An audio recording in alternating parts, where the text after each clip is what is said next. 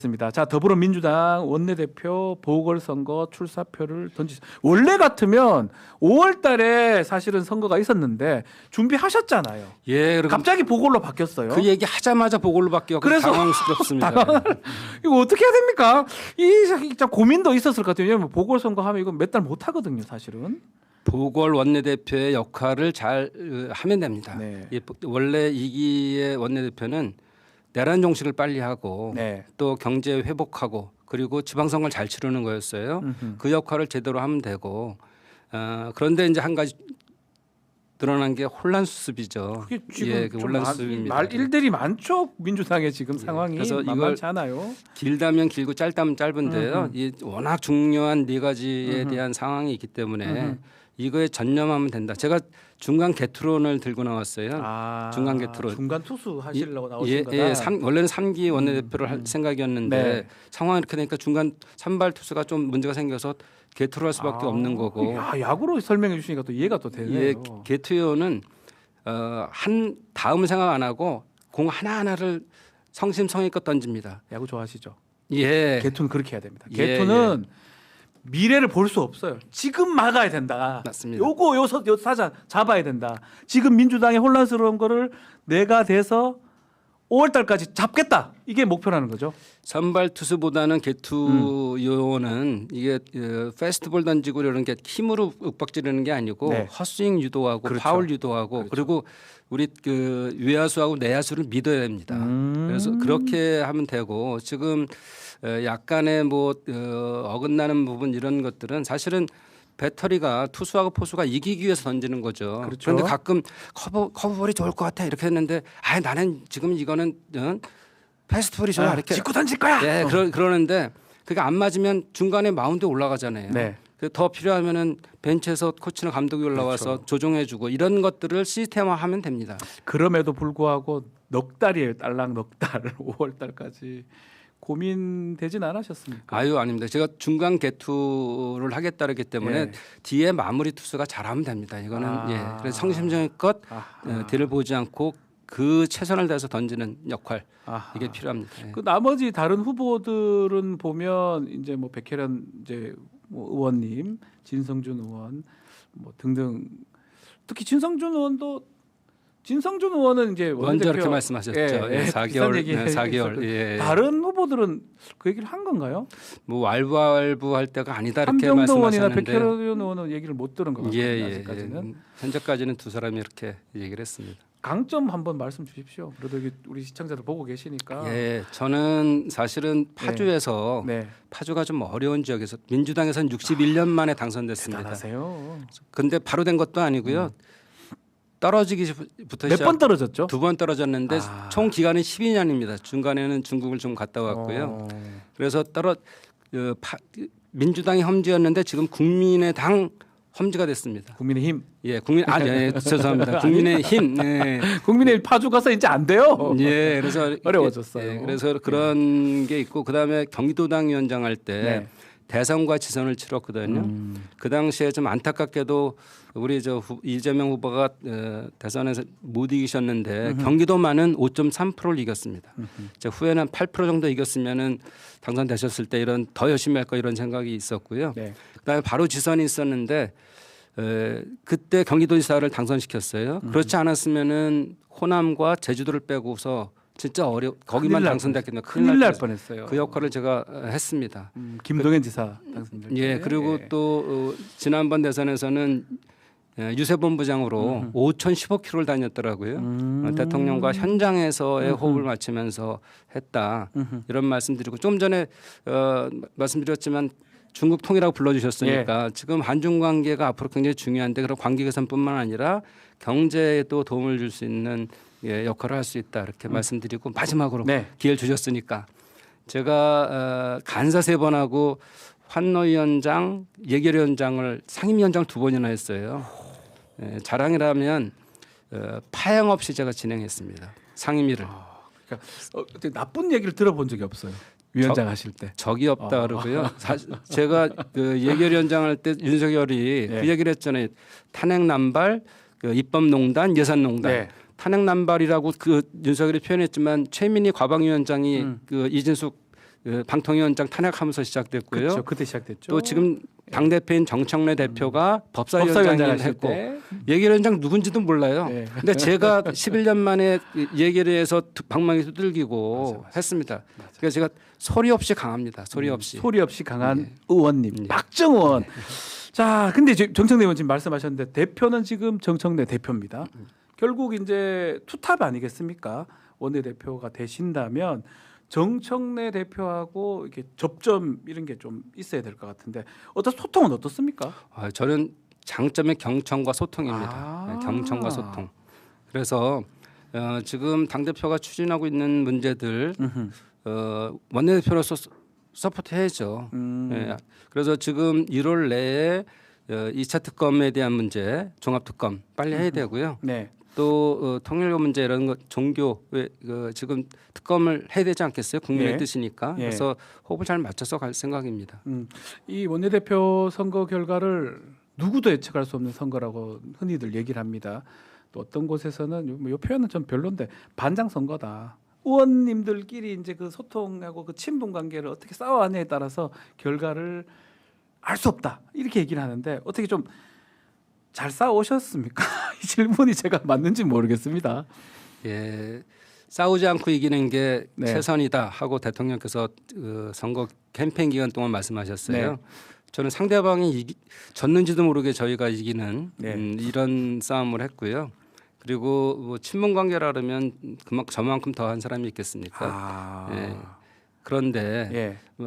박사보다 위가 밥사라니까 박사보다 밥사가 더 그러니까 위다. 예. 많이 만나고 했는데 예. 예, 그런 것이 중요한 것이 아니고 우리 당원들 20% 이번에 들어가요. 당원이 있죠. 예, 그래서 권리당원. 당원들이 예. 보시기에 또 우리 의원들이 보시기에 이 상황에서 어떤 사람이 하는 게 좋겠느냐를 판단하실 거라고 저는 생각하고요. 예, 집단지성을 믿습니다. 당선 가능성 얼마나 된다고 보십니까? 어떻게 보세요? 저는 지금 얘기 뭐 항상 제가 좋아하고 했으니까 예. 선거는 충분하다. 선거는 진다고 생각하고 나오는 네. 사람은 없죠. 예. 예. 그런데 하여간 이깁니다 하면은 교만하다 이렇게 말씀하실 그렇죠, 거고, 그렇죠. 그 자신 없어요 그러면 그거 왜 나왔어 이렇게 말씀하실 것 같아요. 근데 시간이 얼마 없어서 지금 사실 너무 짧아요. 지금 이제 일요일이니까 우리 4일 남았습니다. 삼선 의원들이고요, 네. 동료 의원들이기 때문에 이런 기회를 통해서 자기가 하고 싶어하는 정치 또 어떻게 호흡을 맞추겠다 이런 것들을 말씀드리고 이게 의상하고를 일은 아니거든요. 네. 다들 우리 당이 잘 되기 위해서 대통령 잘 지원하기 위해서 정부 성공하기 위해서 이런 걸 하기 때문에 충분히 자기를 알릴 시간은 짧지 않다 이렇게 생각합니다. 지금 원내대표는 사실 뭘 해야 되냐?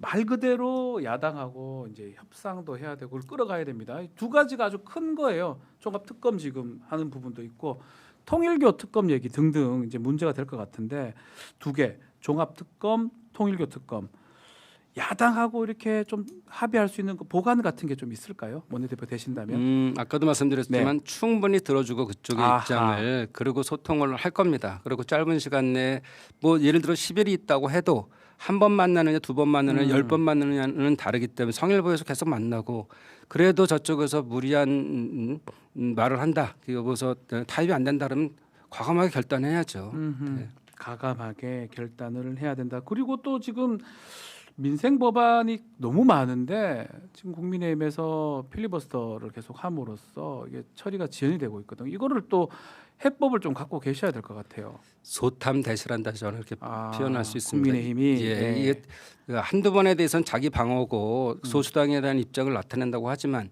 민생 법안 전체를 들고선 이거는 필리버스터라면 결코 지방선거를 생각했을 때 국민들이 현명하시잖아요. 저 당은 뭐 누굴 위해서 뭘 왜 하는 거야 이런 생각을 하시는데 민생이 발목 잡는 걸 보면서 결코 표를 주시지 않을 거다 이렇게 하고 그런 부분을 설득하겠습니다. 설득 가능합니까 혹시? 송원석 원내대표인데요. 이제 만나서 하는 거죠. 예. 저는 여태까지 한번 말씀드린 것처럼 상임위에서 한 번도 파행이 없이 다 조금을 지더라도 왕창 받아오는 그러니까 이런 원내대표 우리가 잘 착각을 하는 게 원내에서 그 협상을 하는 책임자인 거예요. 당 대표도 아니에요.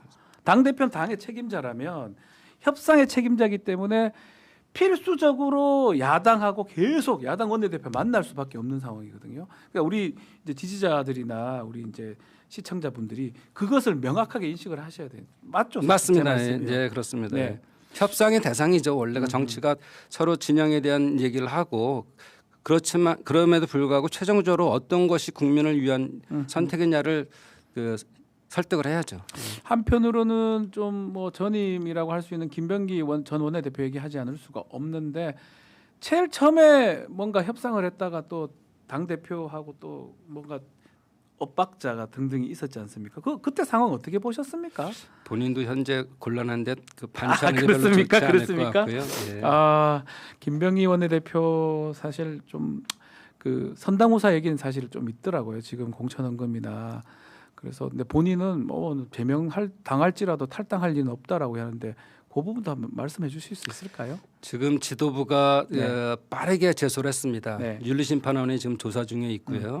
포괄적으로 할 텐데 더 가능한 부분 직권조서까지 가능해요. 네. 그게 12일 날 나와서 서류를 제출하든 직접 소명을 하든 하라는 거고 본인이 제명당할지언정 탈당은 안 하겠다는 것은 본인이 소명할 기회를 달라 억울한 부분도 있다라는 거잖아요. 조금 시간은 걸리지만 아주 긴 시간은 아니기 때문에 이거는 충분히 그리고 무엇보다도 윤리심판원이 공식 기구입니다. 당에 공식 기구한테 맡겼는데 중간에 뭐 저희가 개입해서 한다는 것은 민주주의 절차에 안 맞는 거거든요. 그래서 이런 부분은 사실은 의혹이 더 커질 수 있는 건데 물론 미리 본인이 결정해 주면 좋지만 그렇지 못할 경우에는 충분히 소명을 듣고 그 소명 자체가 당원들에게 또는 국민들에게 그 수준에 맞지 않는다. 그렇게 되면 본인이 결단을 하고 또는 결심 안 하면은 네. 당에서 조치를 하겠죠. 네, 지켜보기로 하고요. 자, 원래 내일로 예정이 됐었는데 오늘 10시에 장동혁 국민의힘 대표가 쇄신안 얘기를 하고 있습니다.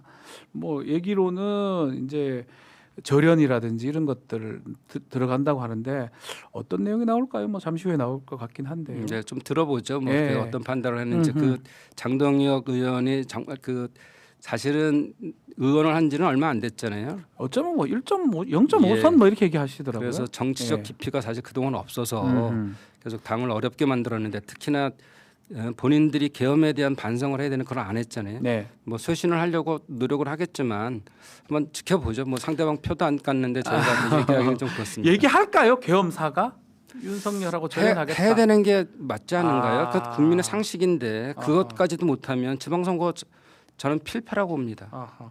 그리고 곧 있을 이제 판결 선고가 됩니다. 내란 사건들 1월 16일부터 계속 1월 9일 날도 구형이 아마 될 거고요. 지금 우두머리 사건 윤석열 1월 16일부터 판결 선고된다면 그거 된 후에 한다 그러면 사실은 늦거든요. 그러다 보니까 빨리 하는 것 같긴 해요. 예, 그렇습니다. 예. 절연 얘기를 할 수밖에 없을 건데 또 그럼에도 불구하고 뭐 아시겠는지 모르겠지만 좀 극우 유튜버로 알려진 고성국 씨가 또 입당을 하고 환영을 받기도 하고요. 또 뭐 한동훈 전 대표 같은 경우는 지금 윤리위 구성이 돼서 징계 같은 게 좀 될 것 같거든요. 뭐가 안 맞는 것 같아요. 그래서 참 뭐 다른 당이긴 하지만 어떻게 보고 계십니까? 정치적 전략 또는 술수 뭐 나쁘게 표현하면 술수라고 볼 수가 술수. 있는데 그동안 상대가 한동훈이라는 하나의 또 그룹이 있었잖아요. 네. 한동훈이 라이벌이라고 본인이 옛날에는 같은 계열이었으니까 라이벌이라고 생각했는데 여기를 어떻게 하면 좋을까에 대한 고민들을 하면서 저쪽은 계엄 반대표였고 이쪽은 윤 어게인이었으니까 그쪽의 정리가 끝나면 이쪽에 반성 모드로 들어가도 될 텐데 그전에 그거 하기에는 부담이 있었을 거라고 생각합니다. 그래서 저렇게 쇄신안을 오늘 발표할 것이다.